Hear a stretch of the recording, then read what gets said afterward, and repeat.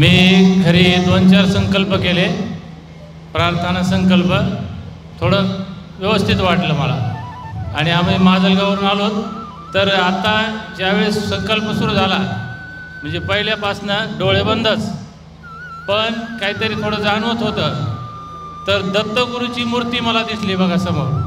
मी आता एवढं म्हणजे जर माझ्या हे ब्लॉकेज आहेत, पाठीमागचे डोळं आहे का, ह्या डोळ्याला दिसत नाही, ब्लॉकेज आहेत बारीक बारीक, ते नसायचं.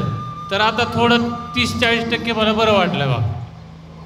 आणि त्यामुळं संकल्प हे मी अगोदर केलं ते थोडं हातपाय मुंग्या येणं हे बरं झालं बघा. आणि आता इथं सगळे आलो तर माजलगाववरनं, तर आता फ्रेश वाटायला लागलं. आणि दत्तगुरूची मूर्ती पहिल्याच वेळेस मी पाहिली आता डोळे बंद असताना. गुरुदेव दत्त गुरुदेव.